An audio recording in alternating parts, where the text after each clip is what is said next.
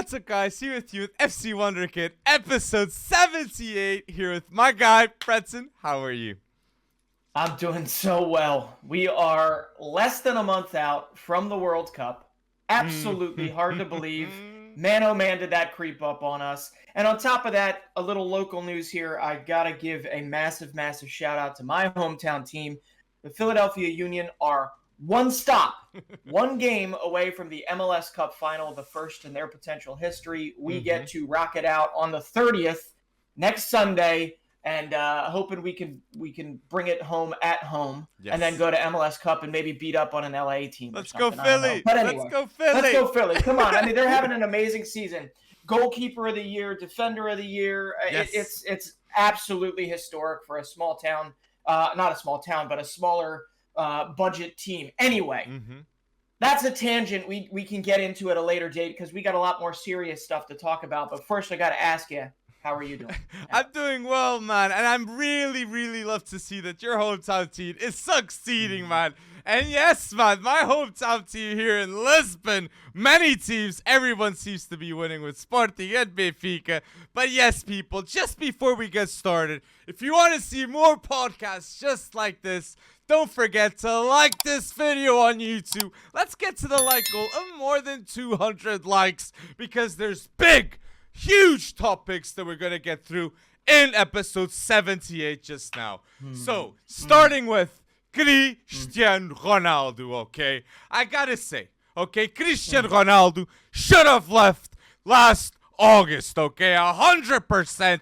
And he's leaving the stadium because he feels unfairly treated. He feels like he's a player to play in big matches. But just before you guys in the comments say, oh, but he didn't do right, I agree. Okay, for Man United, that was not the right thing to do. And I'm going to say this.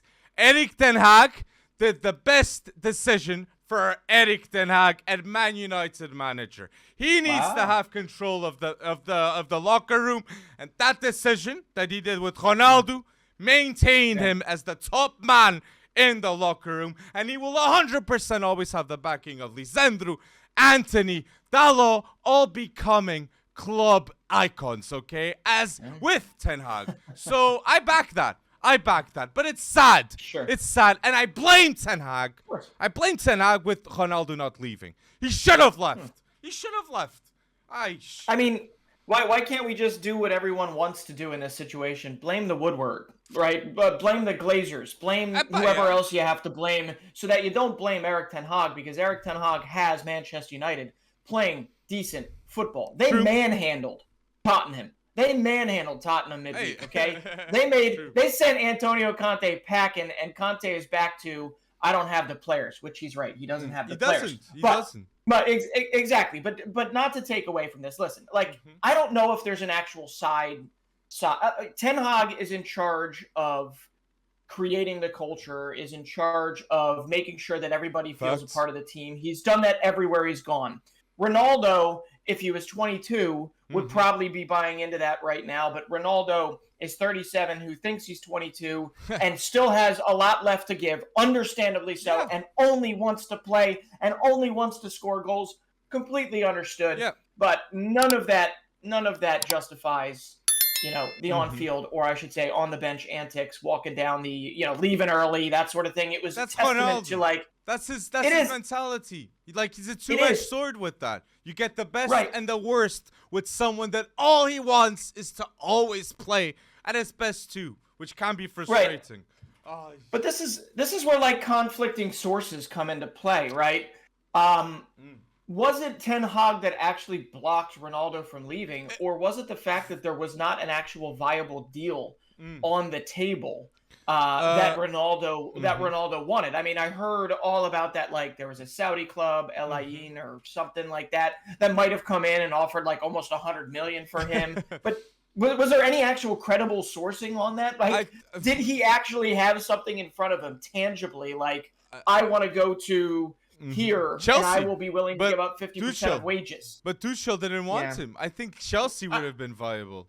Honestly. Right, but that's not Ten Hag's fault. True. But Eric Ten Hag wants to have Cristiano Ronaldo, to be fair. Because if Martial doesn't play, who plays striker? It has to be Cristiano Ronaldo. And Man United could still do with Cristiano Ronaldo. Everyone saying, oh, he's bad for Man United. He can be positive, okay? But the situations are just making everything not be the best, okay? I do think that's putting him, just putting him in the 88th minute. I don't know if it's better than not even putting him in the game, because I don't know if Ronaldo felt that he was like provoking him. I don't know. Like, I don't know what Ronaldo was thinking. But one thing's for sure. Ronaldo, for the first time ever, okay, in the last Ballon d'Or, he had zero votes. Okay, and that makes sense because it's the start of the decline, and Ronaldo has to go bold this World Cup if he wants to get a top 5 Ballon d'Or nomination in the next year. Okay, he has to. Only the World Cup, and I feel sorry, man, for everything that's happening. But as I was saying too, Eric Ten Hag has beaten Antonio Conte, Arteta, okay, and those are some big results, and you can see improvement with Man United. So it's slowly and steady. It is. I wouldn't go as far as calling Lissandro and Dalot a club icon yet, but man, they're becoming. They are making statements early on, and Dalot again was great. Lissandro was great. In that draw versus Chelsea. But listen, I'm going to take the moderate approach here, and I'm going to say, this isn't. There's no 75% blame goes to Ronaldo or 75% blame goes to Ten Hag. This is just one of those unfortunate things where the philosophies clash in this particular sense, and the timing of it all, and where Ronaldo is in his life, and where Ronaldo is in his professional career.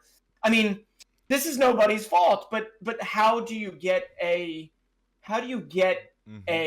what's the word?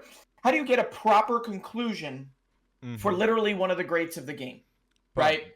And he needs to find a club. He needs to find that place, and I don't know where it is. And to be honest, it might be time for that new adventure. My guess is there are a couple Major League Soccer teams that are lobbying hard for him because man, could you imagine? LA Galaxy? Galaxy, LAFC, or Miami is probably the biggest on the radar there if Messi doesn't beat him there first. But listen, it kind of comes down to this. Like, could you imagine Cristiano Ronaldo in the lead up to 2026 World Cup? Right? I mean, just being in the States. It's not impossible, like Messi and Ronaldo being in the MLS before the 2026 World Cup. And that would be some hype for that World Cup being in the MLS, man. Messi's been clear that this is his last World Cup. So, sticking with Man United, I just want to say too, man, in that game, Casemiro showed that he's a big game player, and any big game, he's got to start. Even if he's trained badly, start this man every big game, okay? Key player. And I have to say this too, okay? I think this Man United team would guarantee me a top... this Man United team would guarantee to me that they could get a top 4 if Rashford and Sancho were going bold, okay? This team needs another winger, another midfielder, and certainly another striker to compete with City and now Arsenal, okay, in my opinion. And this, again, Rashford and Sancho need to do more and see what Antony's doing, okay? The Antony signing gave guarantees, just like Lisandro Martinez too. And that's what Ten Hag needs. Guarantees. And I'm dying to see who they get for that number 9 position. Osimhen, which coming back from injury, Lautaro Martinez, Ivan Toney, there's a lot of bold opportunities for that striker role. And certainly in January, as I said, it's Martial or bust or Ronaldo right now, as it seems. So it's not good situation. And Eric Ten Hag beats Arteta, sorry to say, Conte, and Klopp this season. 3 big managers and 3 big big results, okay? And and Graham Potter's unbeaten this season. Unbeaten. Right. And he didn't lose. Shout out to Casemiro. Yeah. Which Casemiro, Lisandro, Anthony, Dalot, okay, Eriksen, and Bruno Fernandes all have passion. What's that? And that's what Man United need. Bruno Fernandes captain. Bruno Fernandes captain, not Maguire. Certainly a huge difference. Huge difference. And shout out to Varane. Let's see if he gets back fast, man, because he's needed. Yeah, you're here in 4 to 6 weeks or something like that, which is obviously a blow for the French national team if he can't get back to full health. But hey, that's the way it goes. And oh my gosh, in France also losing Mike Maignan. But it is a big loss. But they do have Hugo Lloris is pretty much the only reason why Spurs didn't get pounded 6-0 midweek. So I think they'll be okay if it's Lloris in goal. But when it comes down to it, Manchester United needs clarity, but they definitely, you do see, like you've been mentioning, you see who's got the passion and who doesn't. Exactly. But it is a pretty bad, inopportune time for like a Rashford to go cold, right? It's now four games he's shut out of goal involvements. I mean, any real efficiency whatsoever is gone. Any real confidence that we saw kind of blossoming is gone. I mean, McTominay is still not good enough. Fred, here and there, right? I don't know what you want to say. I like Fred being involved. You know, he's not the best player. I'm like, where's Donny? Where's Donny van de Beek on the mix? Okay, return to the prime Donny of Ajax. Man, I was wrong personally, man. Erik ten Hag seems, if he doesn't play Donny, something is wrong with him and Man United. Okay, so let's wait and see what's gonna happen with him too. But I just have a feeling like we're going to get a little more clarity in this January transfer window for Manchester United. You're going to see, you see the seeds of something happening here. And you also see the seeds of having a guy like Casemiro in there. Even when he's bad, he's still better than McTominay and Fred on their best days. Facts. So it really kind of comes down to the fact that they're injecting quality. There's a philosophy. But I do also feel like we've said this before, right? We may have said this before under Solskjaer. There was always that feeling that he had something good going, something good brewing, but it does feel different now. And I'm here for it because I know Roy Keane was like, you know, they need Ronaldo, they need this, they need a goal scorer, they need blah, blah, blah. They're in 5th place, but come on, they're 3 points off of 2nd. But they need a finisher. Or 3rd.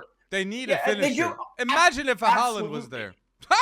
Right. Maybe they'd be top of the league. Maybe they'd be top of the league. And that's why that Van Persie move from Arsenal to Man United was historic. Because if there was a top finisher right now going to Man United with Erik ten Hag, that would be the difference. A Van Persie type player, which that would be bold. But just mentioning Chelsea, I don't want to forget them.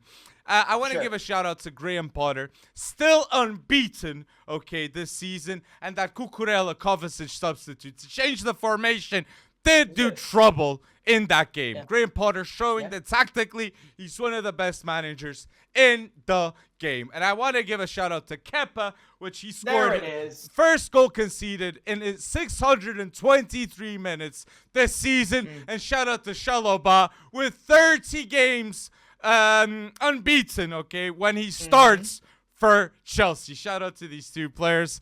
And I want to say too, Declan Rice, man. Desperate times, man. He has to go to Chelsea, in my opinion. And if Declan Rice doesn't go, Moises Caicedo, because a player like Conte is missed, That key player in midfield, and they need him, Chelsea. So Graham Potter is still not in full potential, but it's coming. It can be very easy to focus on the winning team and who is the best on the winning team, but Declan Rice was far and away one of the better players for West Ham during that match. And I'm glad you were actually able to give him a shout out. And Kepa too. Kepa was the one that I think we've been probably derelict not talking about Kepa since he's essentially won that back. And he is he is the starting goalkeeper for Chelsea moving forward. And he's been pretty steady Eddie. But I'll tell you what, you mentioned Erling Haaland. I don't know if you want to pivot away just now, But it's funny, like we talk about the Van Persie. You just talked about Van Persie. We talk about you can talk about all the legendary strikers that have been part of the Premier League. And as of right now, Erling Haaland is literally just destroying any of those clips, any of that past legacy that's being there. He's got 17 Premier League goals in 11 games. Okay, and he has a Premier League goal every 54 minutes. The next best is Harry Kane at 108. I don't know about you, but I got to open this up to everybody. Does that make Erling Haaland 2 times the player that Harry Kane is? Little tongue in cheek, but like, come on, that Ederson goal, okay, that Ederson assist to him, that cut right down the middle. I thought Alisson could only do that, right? But Ederson, that assist, that can only be scored by Erling Haaland. Because he bodies. You have to have the strength, the speed, and then you have to have that wherewithal to pull the trigger in a confident way. And man, Erling Haaland is just on this ridiculous tear. And I just keep looking at it and wonder, how the hell is Arsenal going to remain top of this table? Well, they got Gabriel Jesus, though. Just got to say that. Which is one of the best strikers, too, in the Premier League. But I got to say, I completely agree with your remarks about Haaland, okay? Haaland has 17 goals this season in 11 games, and he's already equaled the tally of Harry Kane last season, okay? He only had 17 goals because in October, Haaland has just that, man. 22 years of age, man. It's insane. And I'm going to say Haaland overall has 15 games, 22 goals, and 3 assists this season. And no doubt in my mind, Pep Guardiola with Haaland, he can become the greatest striker ever in Premier League history. At 22, he's got 196 goals scored professionally. Unbelievable, okay? Football heritage in the making, so you might as well watch City every game because Brighton didn't play badly, man. Shout out to Brighton, okay? A team with a lot of quality with McAllister, Trossard, Billy Gilmore coming off from the bench, Caicedo. So there's a lot to watch at Brighton. Ballers, and I like their manager that likes to play in possession. So yeah, I gotta say, there's another stat that Haaland went bold. That is, he scored in seven straight home games. Okay, 7. How is this possible? Already a Man City legend. And again, of course, it's still October. I feel bad for the people that have video clips out there circulating on Twitter sphere. They don't know that were negative about Erling Haaland. But listen, that was actually incredibly classy of Pep Guardiola to say what he said about De Zerbi and Brighton and how Moises Caicedo is just. He basically said they're just chock full of quality, but not surprising under Graham Potter. Brighton was only as good as their midfield because they didn't have a strike force, right? And not surprisingly, under De Zerbi, they're only as good as their midfield because they also don't have a strike force. So they still need a striker. And yeah, Welbeck is too inconsistent. I know that he can show glimmers of, wow, this is amazing, and somehow he might wind up on an England roster. No, he can't. He can't be ahead of Ivan Toney. He can't be ahead of Ivan Toney.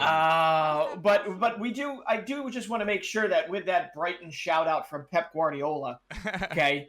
Yes. Moises Caicedo is in this incredibly enviable position as a footballer.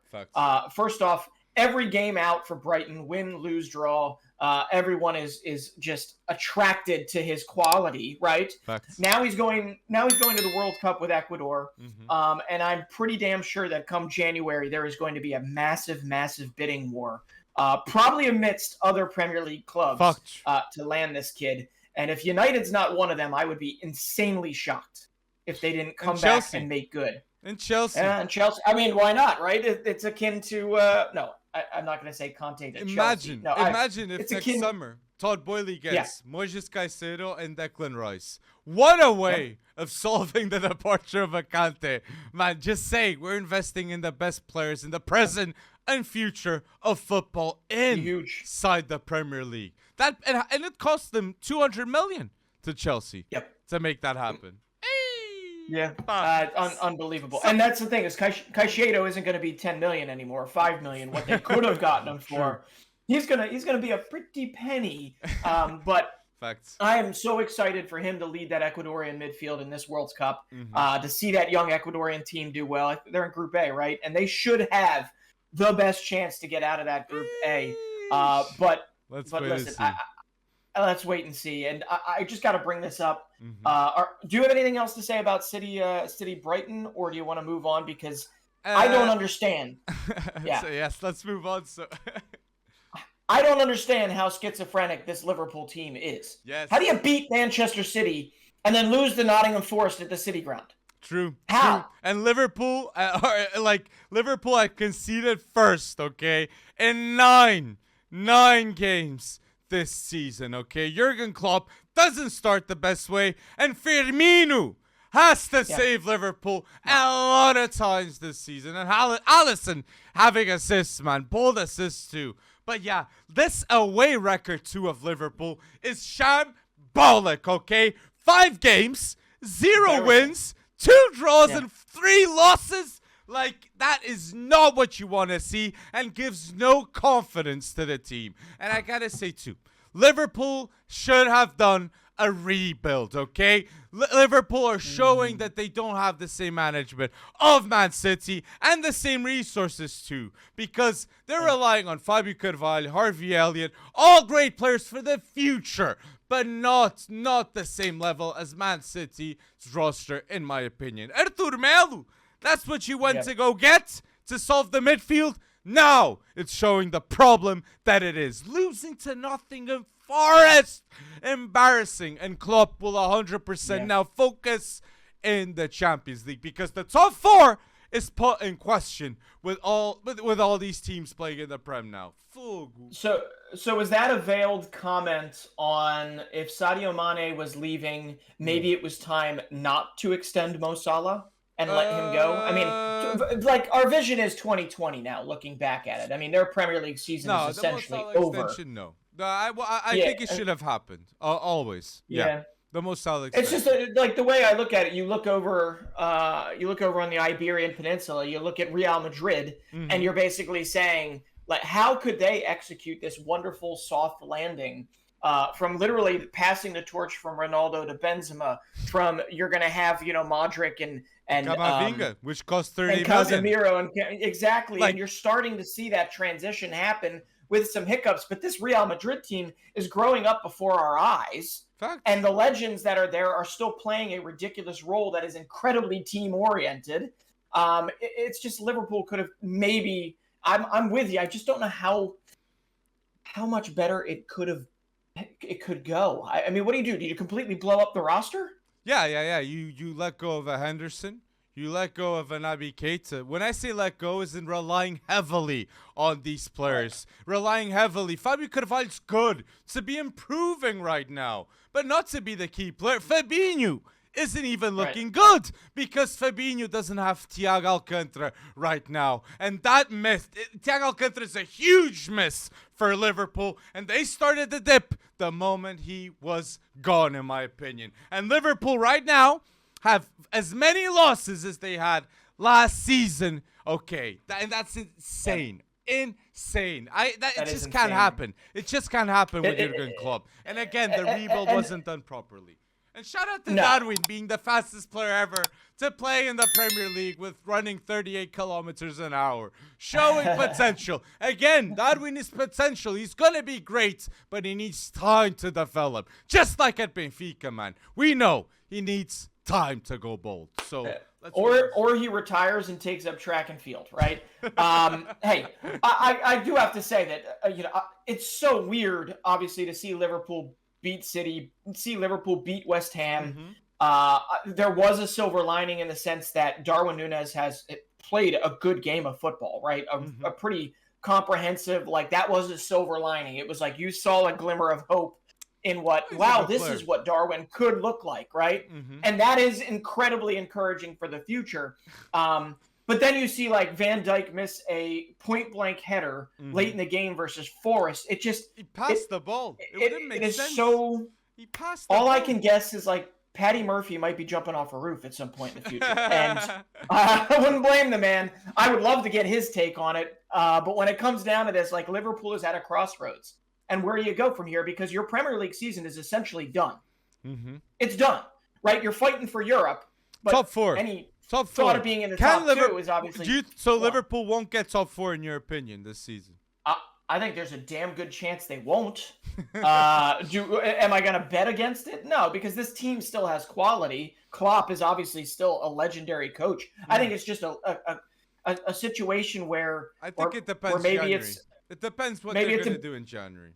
Because that Luis Diaz move last season made a huge difference for Liverpool the whole season. And it's true. Liverpool last season competed for every single trophy they were in. And I think that it's showing results now. The lack of intensity. And that's why they needed a rebuild. Man City had a rebuild. Players like Julian Alvarez, like a player like Gundogan staying was key. But they left Gabriel Jesus go. They still went and signed Haaland.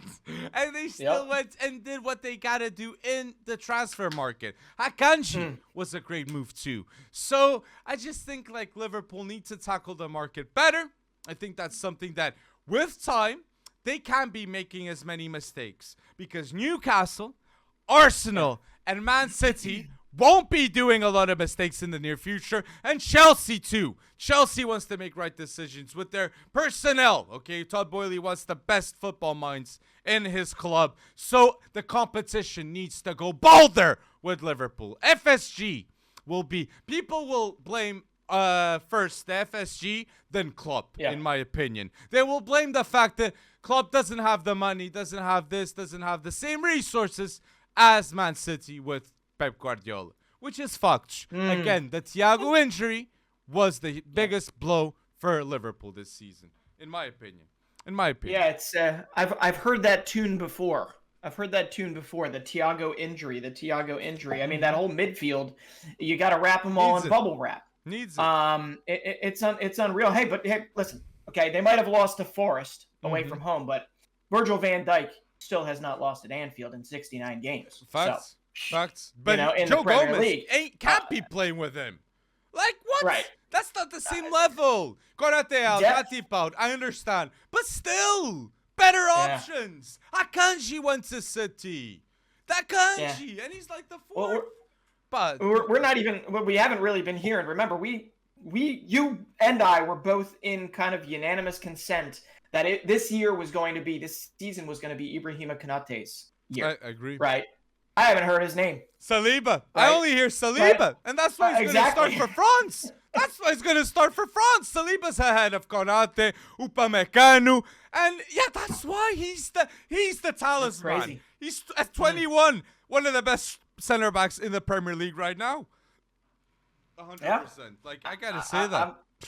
I'm with you. Hey, if you want to, Liverpool might not have gotten it done at Forest, but maybe for Nottingham Forest, this was a glimmer of hope. I said some really negative things about them last week, but maybe what it comes down to is this the start of that coming together? Nah. The gelling of the. I still think they're relegated.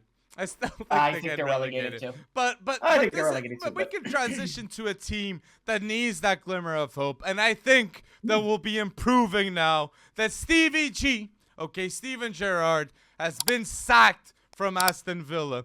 And I got to start by saying, Gary Neville at Valencia had a better win rate than Stevie G at Aston Villa. 35% wins for Gary Neville, 32 for Stevie G. That says it all. And with the money spent in the market by Aston Villa, they needed better results. That Mings feud with Stevie G, I think that was the start of everything going wrong. And Coutinho's form with Stevie G, 0 goals, 0 assists this season, that said it all too. So he couldn't rely on his talisman, Coutinho. But hey.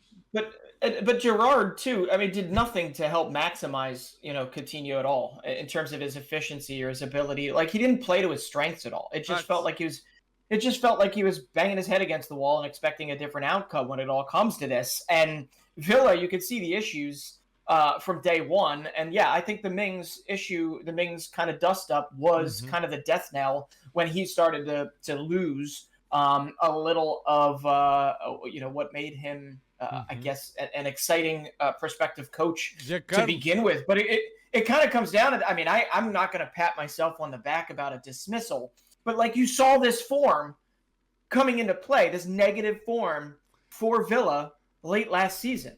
And it wasn't a small sample size. It was literally a third of the season of them being crap. Okay. And a lot of that same stuff has creeped back in for Gerrard, for Villa. And I just wonder if, Gerrard at Rangers, where it was kind of this reclamation project, it was that fight to the top of the SPFL with limited resources and all that. I just think maybe the Villa job is too big for him right now. And that honestly, okay, I have a little bias, but watching Patrick Vieira go over to New York City FC, be an assistant, then a coach, right, a head coach there, and then come back and get the Crystal Palace job. I think there was one, like maybe Nice in between there, or some Ligue 1 team. Didn't go too well. Nice.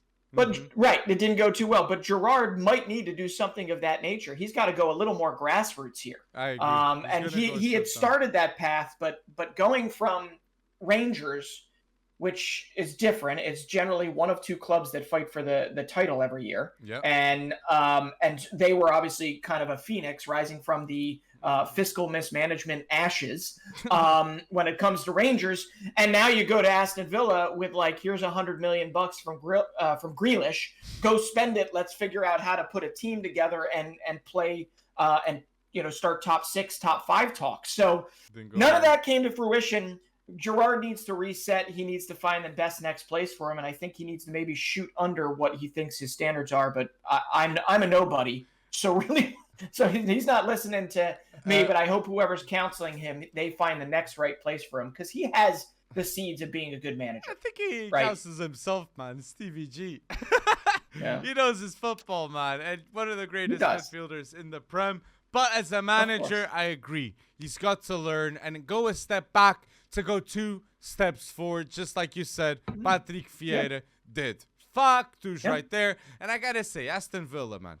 Aston Villa did sell Grealish for $100 million, but they've got ambitious owners. And that a Poch signing would say to the world that this is the start of a big project. If they get Ruben Amorim for $26 million, that's the release clause of him. That would be a bold deal too. And I would be shocked because Ruben would essentially make Aston Villa a top 8 team in 2 years' time. In 2 years' time. That's my bold claim. I think that could happen. Could happen. But first you have to explain to me what's happening at Sporting.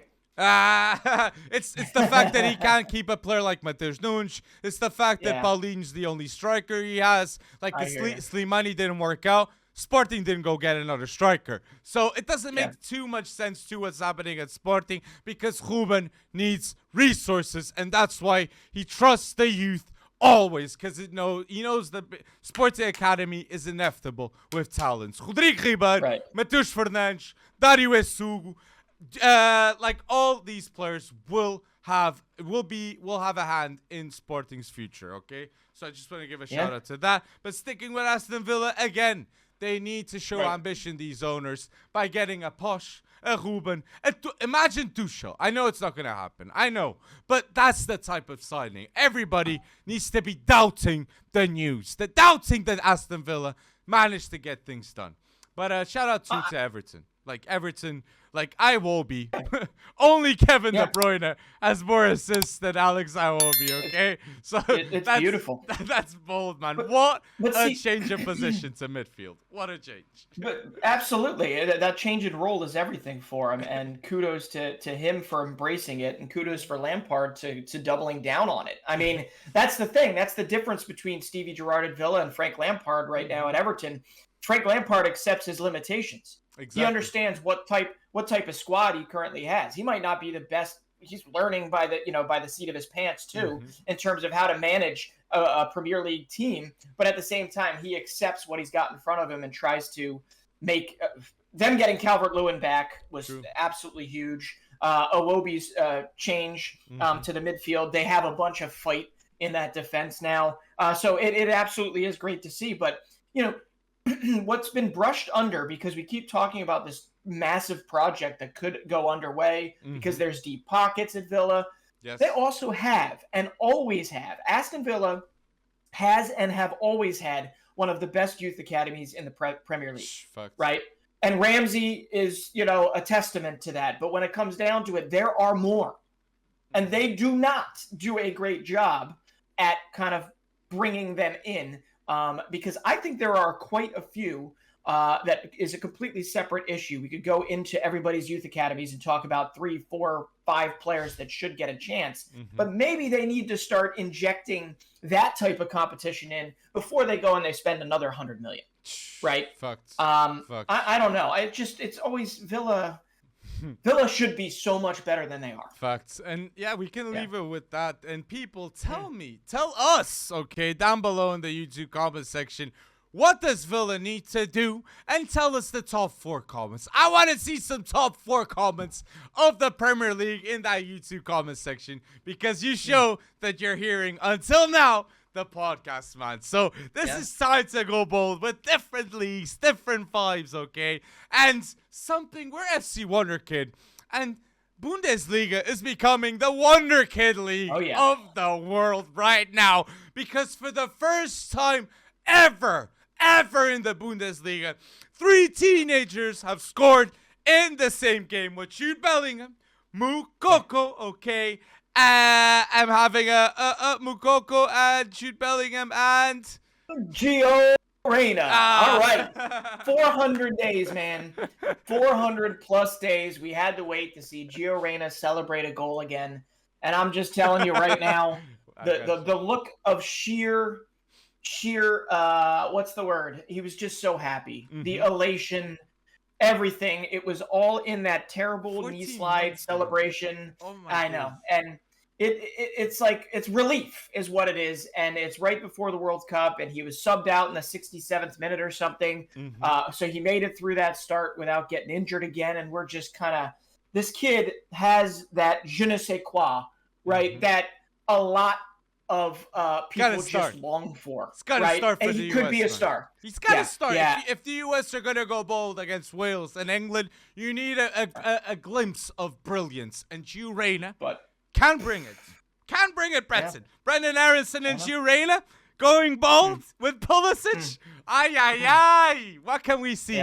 But Moukoko too, man. Moukoko has to go to Diamond Shaft to the World Cup, okay? 444 minutes, 4 goals, and 3 assists this season, man. Get that deal done, okay? He's got a contract until 2023 at Dortmund, and they got to renew it. Because if they don't, he's 100% going to get a big salary, big money contract salary. No transfer free agent move that we know. It's huge money contract, okay? And we get the likes of Barca, Real, Liverpool, all interested in Youssoufa Moukoko, which is completely understandable. But again, shout out to Jude Bellingham. Jude Bellingham has 8 goals and 2 assists this season, and we're still in October. He should have won the Kopa trophy, but don't worry. Don't worry. He's gonna be in the Ballon d'Or top 30 next season if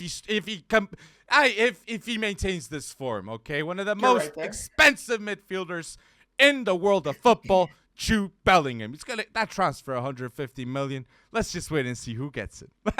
Liverpool need it. But City, I believe, Jude Bellingham, get it more and more.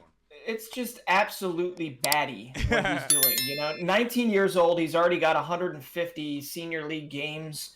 He's got 8 goals this season. He's basically taken the offense on his back with Royce out, with Haller out, with every number of players that they're missing. And let's be honest, Dortmund is another schizophrenic team that we don't really understand really what they are, but their core are all teenagers in that sense, right? Their core, their outperforming core are a bunch of teenagers, and if you can keep Reina healthy, Reina and Bellingham jive really, really well, Facts. right? Mukoko has started to build. I mean, Mukoko assisted Reina's goal.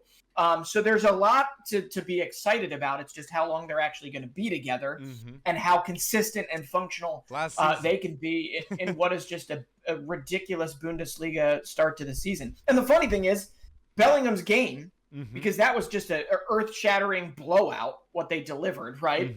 That overshadowed just Jamal Musiala casually scoring another goal in the Bayern match. And it's just amazing. Like, the Bundesliga...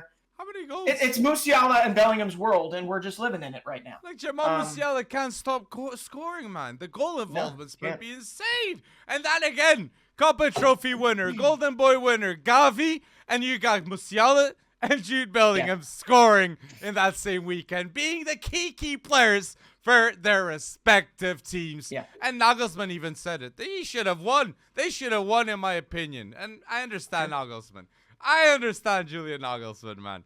But yeah, Musiala, Matisse Tell, man. Just wait when he gets it right with Bayern Munich. And Gravenberch, too. I'm quite surprised he's not playing more, though. Gravenberch at Bayern Munich. But let's wait and see. His season last year before he made that move to Bayern was incredibly up and down. It was really lumpy. So I think he's probably going through a spell like that. But it is one of those situations where you know that underneath the hood, the Goretzka routine has been thrown on him, right? The physical routine. They're going to build Gravenberch up, and a year from now, he'll probably be some sort of just a machine. Like a punk. But it's gonna take some time because he was pretty inconsistent at Ajax, and at Ajax, you could make mistakes and still win the league, right? At Bayern, a little bit less so. So, the Bundesliga That's true. It does. It gives so many opportunities to so many great players that I don't know how people don't watch it. Right? It really is a lot of fun. Well, it's because Bayern always wins it, maybe. People are like, oh, Bayern's going to win it. Bayern's going to win it. And they don't see a Union Berlin. But yet so many of the players we're still talking about today, Haaland, so many of these players have gotten their start. Hell, we're talking about Lewandowski, and we wouldn't be talking about him if he didn't literally rule the Bundesliga for 10 plus years, right? At Dortmund and then at Bayern. The Bundesliga is the seed of so much good European football. And Lewandowski is the third player in the 21st century to score more than 600 goals. So big shout out to Lewandowski, which is football heritage, that he was one of the greatest strikers ever at Bayern Munich, man. And what could have happened to Blackburn, man? Those hashes in that volcano, man. What if, Blackburn would have had Lewandowski, man? The scenario was there, but again, those ashes, those Iceland ashes didn't let that happen, man. But sticking with youth, okay, but in another league, I just want to give a shout out to Rafael Leão, which he's got 11 goal involvements, 5 goals, 6 assists, okay? And surely, if he doesn't extend that contract this season, he's going to move, because he has an 150 million release clause, and every top club needs a winger like Rafael Leão, because you can't get as many players like this. 14th in the Ballon d'Or, and shout out to Rafael Leão, okay? The future of Portugal. João Félix, play with Rafael Leão. That'd be incredible. But I just want to give a shout out to Rafa Leão at AC Milan. Oh, but just want to say two. Brahim Diaz.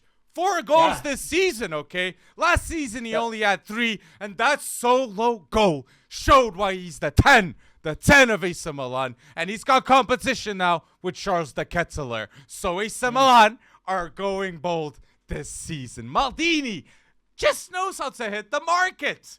Great management, man. Great. Yeah. It's Brahim Diaz is still 23 years old, which is pretty amazing to me. It feels like he's just floated around for a while, but he's found a home at Milan, but not necessarily a consistent home. And seeing that brace was kind of like was kind of pretty nice. But yeah, Milan needed that bounce back in Serie A after those Champions League disappointments, if you will. So AC Milan is certainly still in the Scudetto hunt. And you know who else is pepping up? Inter Milan is also pepping up Facts. some. Facts. But Lautaro Martinez has 4 goals, 2 assists in his last 3 games. Where's Lukaku? And they keep kind of Lukaku? they keep climbing the table, and it was. I don't know if you got to see any of that game, but that Fiorentina, I think it was a 4-3 win over Fiorentina. That was just a wacko game. Remontada. That was just like, Remontada. like I think that was the death of what was it called, the defensive. Oh man, I'm forgetting what you call it. What's the Italian word for their defensive football? Let's Catenaccio. Catenaccio. Okay, Catenaccio no more in Serie A. Okay, that was like a baddie 4-3 thriller that you would expect to see in the Bundesliga, not in Serie A. But Lautaro Martinez showed that he's incisive, that he will be in form for Argentina, and that he is ready to fight for Leo Messi's World Cup trophy. I love how you're mentioning Inter, because I have here in my notes, because I did in fact watch that game. Shout out to Artur Cabral, which I think was a great move to Fiorentina, but I want to say Inter, okay, have one of the most underrated duos right now in football with Lautaro Martinez and no, not Lukaku, Nicolo Barella, okay? This man is a top 10 midfielder, top 10 100%, top 5, he can be in the discussion. Nicolo Barella, and understandably so, every Prem team wants him, and I think even a Real would want a player like him with even the rebuild that they're doing. So I'd say Nicolo Barella is the player that Inter need to keep and just sign that extension with. Barella, Bastoni, Lautaro. Keep these players that are performing and let go of Lukaku, man. Lukaku's not going to work as it seems, man.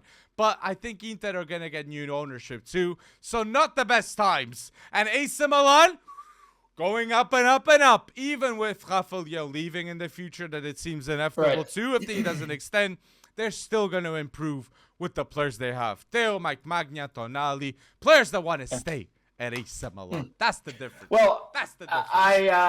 I am with you on Nicolo Barella. He is definitely my starting center midfielder for the best 11 of players not going to the World Cup. Which is just a sad travesty that we're not going to see Italy there, that we're not going to see Barella in particular there. But listen, Inter has the pieces. True. I think there might need to be a deeper conversation in the future on what the hell happens with Lukaku next. Goes back to Chelsea. Doesn't be. I know. Not happy. What happens there? And they need to sell him. They have to sell him. Lukaku. But to who? Tottenham. Need to replace Harry Kane. Conte, if he stays, I think that's the move that can be done. But I agree, not a lot of clubs will want Lukaku. What do you think Lukaku's price tag is right now? Well, right now, if he goes back to Chelsea, I think they don't get more than 50. Then they will, they won't want. They will want more than 30, 100%. I think 40. Yeah. I think 40 will be the amount, because Harry Kane's gonna leave Tottenham for how much? If he does, 100, 140, 130. So I'd say, like, they could then get Lukaku for the same amount and keep 100 million. So I could see that. I think the next club, if it's a big money move still for Lukaku, it's of a manager that trusts him, and Antonio Conte trusts Lukaku. So that's why I'm saying this situation. Well, what you're saying is there's literally only one coach on the planet. One coach on the planet that trusts Romelu Lukaku right now. Jay-Z. Obviously, Lukaku has the quality to come back and make good in the second half of the season if he gets fully healthy, if he gets fully ingratiated back into the squad, if he, really gets a steam full or a head full of steam moving forward. He obviously has the quality to do that, and we'll be banking on Inter, hoping that they can get that out of him for that second half of the season. But a little throw out. I got to throw out a former Chelsea product, since we're talking about former Chelsea products too. Juventus actually handed a debut to Samuel Iling-Junior. Nice job. Who just turned 19 recently. He spent like 9-10 years in the Chelsea system. Ooh. And he's one of those kind of lesser name. He's an English winger, one of those lesser named players that wound up. That sounded bad calling him a lesser name, but meaning Chelsea one of those Academy. under the radar players, right? Samuel Iling is one of those under the radar players that left to try his hand abroad, kind of like Yunus Musa, kind of like Jadon Sancho, and he has just made good by not only killing it in the Primavera with Juventus, but then earning his Serie A debut, his Juventus debut. Just wanted to give him a quick shout out because he's also been playing for the U20s, English U20s. So if you want to look at another player to watch out, I think Juventus is going to have that weird type of second half of the season where he might actually play a role as he moves through it. So it's cool to see his name on that team sheet.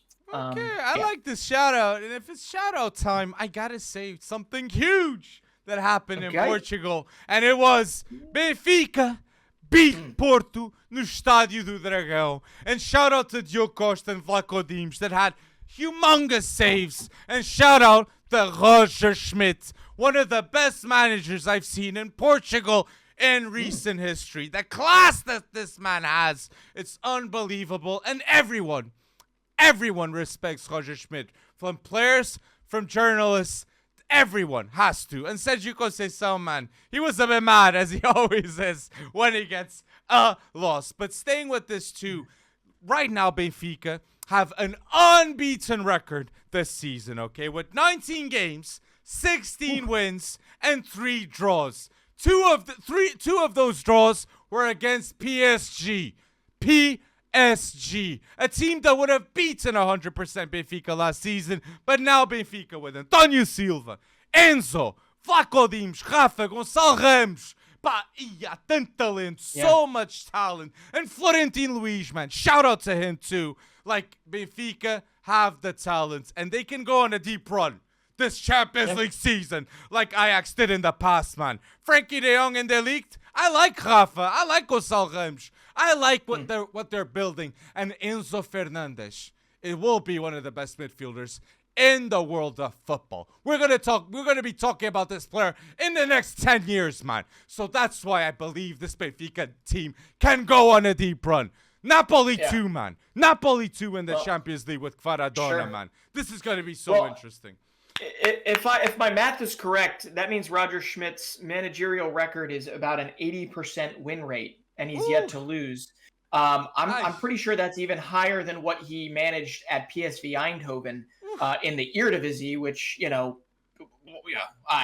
whatever. But Benfica also is doing it in the Champions League, right? So, yes, 79% is about what I'm looking at. But Roger Schmidt, I liked him back when he was at Bayer Leverkusen for a little while, and then he decided to go to China, and he was off the radar. So it is great that he decided and looked at Portugal and said, this is an incredible opportunity for me, because it's very different, right? You don't often see. You don't. This is Dutch managers or German managers, going to the Premier League. Okay, it's unprecedented. I haven't seen a guy like this succeeding, like a guy from outside succeeding like this in Primera Liga. I am shook, man. So huge shout out to Roger Schmidt, man. Big shout out. True. When I'm over there, we're going to a game, right? Yes, I want to go to a game. Benfica, Gil Vicente. Try to find us. Try to find us. We're going to try to find you. Don't worry, too, community. Like, I'm trying to find João Félix this season, man. Okay? He needs more minutes, okay? He doesn't have more than 100 minutes this season, okay? In like 600 minutes that he could have played. Okay? It's unbelievable. It's saddening. And that's why he 100% is going to get a move. Imagine with Pep Guardiola, João Félix, with Foden and Haaland. The bold mix with De Bruyne, too. It's unbelievable.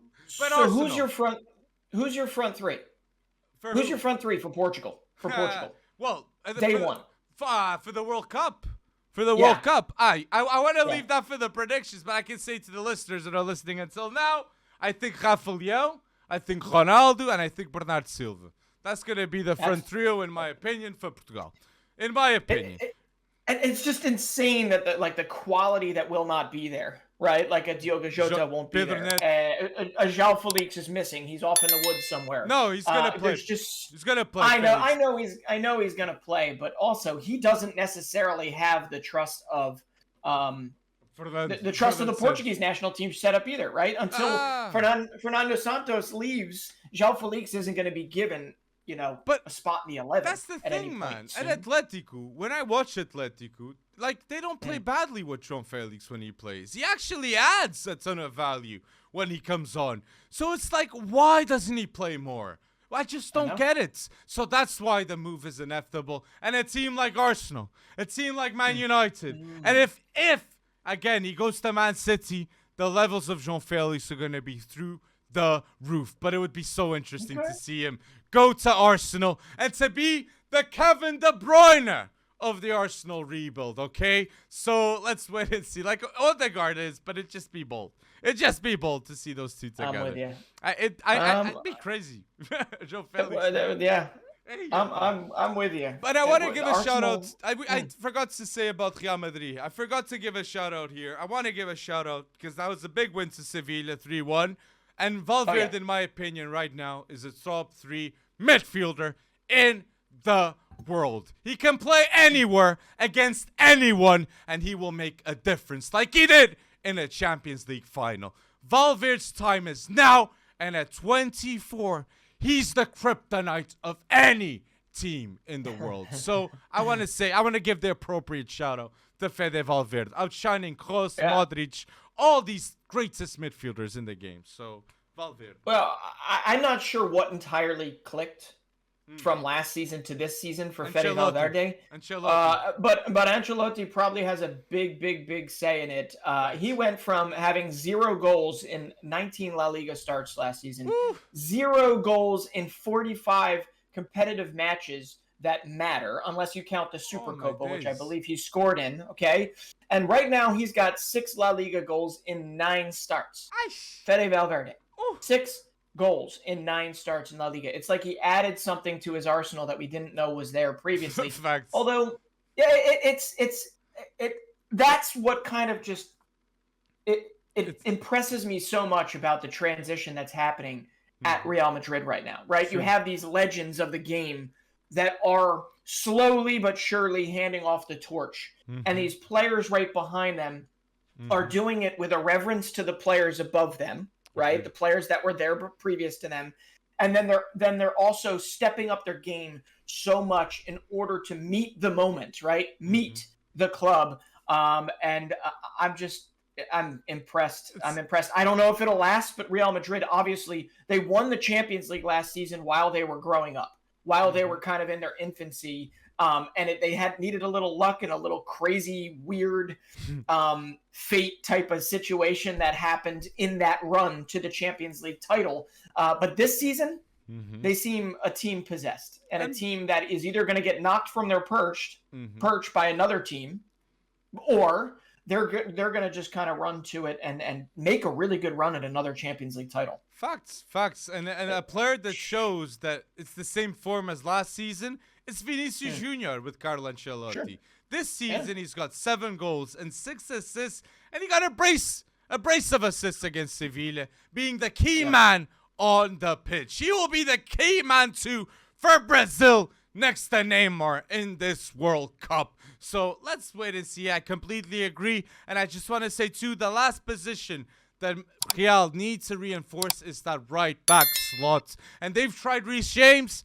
It doesn't seem like it's worked out. Extension at Chelsea. No. They've tried Caicedo. It's going to be very hard for him to leave Man City. But they seem to be trying now Diogo Dalot, which he needs a contract extension at Man United. But if you offer him Real Madrid, how can he say no to the Galacticos? So that would be a great solution. And that's karma.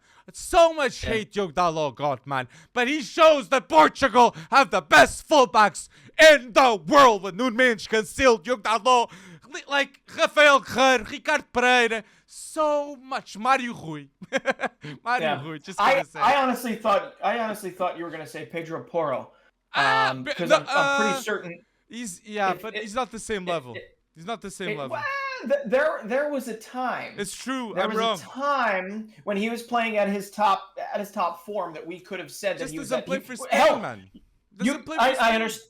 Well, I understand that, but I'm talking about as Real Madrid, right? I'm talking about as a right back for Real Madrid or a fullback for Real Madrid in the future. I think he could be a very viable, probably less costly. Because right now we're talking about Dalot after, yes, what has been an early season run of form. It'll but be if like you ask 40 me million. who was better last season, Pedro Porro or Diogo Dalot, you would have 100% said Porro. But Porro was better last season, Diogo Dalot. Right. And he could be better, but I think right now Sporting's undergoing I really think Dalot is special, man.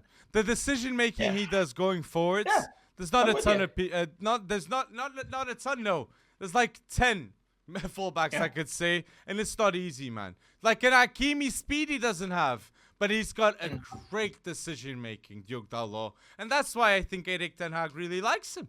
But I just want to say a player too I want to mention in the pod that I love the psyche of this player, and that's why I really believe he's going to be one of the best players in Brazil, okay, national team level in the near future too. This is Hendrik, man. At 16, he's got he's got in his first assist in Brasileirão with Palmeiras, and people. Really, he's gonna go bold in the future, and please remember the name of Hendrik, okay? Na Copinha já foi bold, and now in Brasileirão for Palmeiras, he's gonna go bold too. So you might as well remember the name. 60 million release clause. He's gonna go. Yeah. Oh, he's definitely going to go. And there's another player I want to mention when we talk about Brazilian youngsters. But as of right now, Palmeiras. I mean, in the Brasileirão, they are. Abel Ferreira has them running hot. Okay, they have 20 wins, 2 losses in 31 matches, 33 matches. I believe they've only conceded 20 or 21 goals the whole time. So Palmeiras, I know that they had a little dip in form as they started to sell some of their pieces off because they've been winning nothing but trophies over the last few years. Sure, they've been continental trophies in some respects, but Palmeiras is definitely running hot. I believe they're 11 points ahead, and Abel Ferreira is still giving the opportunity and the milestone to literally one of his best, most promising youngsters in the Palmeiras youth setup in Hendrik. It's incredibly impressive because normally you see I'm going to stick with the same 11 if I'm winning the league because why change something that's not broken? But no, here's a 16-year-old that is probably going to make a move in the future. Get him on that field. Let him taste it. Hendrik has gone from looking like a little pipsqueak in the last year to starting to fill out, right? Which is great for anybody that's going to buy him in the future. So I'm just incredibly impressed. Abel Ferreira doesn't get enough credit, at least on your side of the pond, right? And here in the States where everything is English speaking, you don't really hear much about Palmeiras and what they're doing, but it is incredibly impressive what they're doing. And what's even cooler, that assist that Hendrik gave went to a 20-year-old Vanderlan, and that was his first goal for Palmeiras as well. So you had a first assist and a first goal, and it was a wonderful milestone for 2 really promising players. But Palmeiras and Abel Ferreira, man, has been named as one of the targets for the Brazil national team, which I like it. That would be a ton of recognition and deserved for Abel Ferreira. But go Palmeiras, man. He's doing a great job as you mentioned. And we're talking about the start of their careers. I just want to give a huge shout out to one of my favorite players ever that I watched that retired from the game. Ribéry has retired from the professional game. 22 years of pure joy. And I gotta say, one of the boldest duos in football. Arjen Robben and Frank Ribéry. The memories at Bayern Munich were unbelievable. And Ribéry left a legacy of 24 trophies. 24, and I got here 167 goals and 249 assists. What a career by Frank Ribéry. One of the best and one of the most underrated players in his generation, Ribéry. Gotta say that. And a joy to watch for all short guys out there. Short guys unite, because that man, his dribbling skill, I mean, he was just insane to watch. He also, just such a character when it comes down to it. But yeah, you're right. Robin Ribéry, Wow, Oof, that brings robbery. back memories. Oh, man. Robbery gives me goosebumps just thinking about it. And I do remember in the early days of playing Football Manager and everything, freaking unstoppable in that game too. But a beautiful send off at 39. He steps away. I know he was finishing up at what was he, like Salernitana at Serie A or something. Yes. And I really wish. I wish he would have wound up at Major League Soccer for a little bit. Oh, that could have happened, though. That could have happened, man. Montreal, like like with the French influence. Oh, like Thierry Henry, when you were on the sideline for Montreal, why were you not bringing Ribera in at 36, 35, 34? Oh, would have been amazing. That would have been so cool. And Montreal right now is probably the team that the Union are going to play in order to potentially go to MLS Cup Finals. So they're like good now when it comes down to it. But yes. Hey, listen. Yeah. 39 years old. You say goodbye to a legend. We're going to see a lot of that in the coming future. True. I think. I think Messi's last World Cup, probably Ronaldo's obviously last World Cup when it comes down to it. We're going to be saying goodbyes to some legends of the game, but obviously there's some guys that really want to be seen behind them. Erling Haaland, Kylian Mbappe. We've got our next 10 years on lock. Let's be honest. But I do want to bring up one thing. Yeah, Jude. Oh my gosh, all the 19-year-old. We've listed them. And the list is longer than just the four that we've all mentioned, right? The Jude Bellinghams, the Camavingas, the Pedris, the Gavis, all that. Man, this list is long. And the funny thing is a year from now, we're going to be talking about 5 more that are on their way up because football is getting more daring. It's getting more exciting to watch. And there's more opportunities being given to these young bucks that are showing that they're capable of big moments these days. And one last one I do have to say is I spent a little time as I was looking at Palmeiras and what they were doing, and I was watching a lot of their recent matches highlights. There's also another youngster, only 17, but obviously he's going to get overshadowed by Endrick making his first, assist for Palmeiras. Another youngster there that is literally leading Brazil, and this is hard to do because Brazil is literally a country of ballers, a country of dribblers, if you will. Angelo Gabriel. 17 years old, another winger, plays for Santos. He currently leads the Brasileirão in dribbles won, and doesn't just lead it by a little bit. He leads it by a lot, and it's 6.1 dribbles won per 90.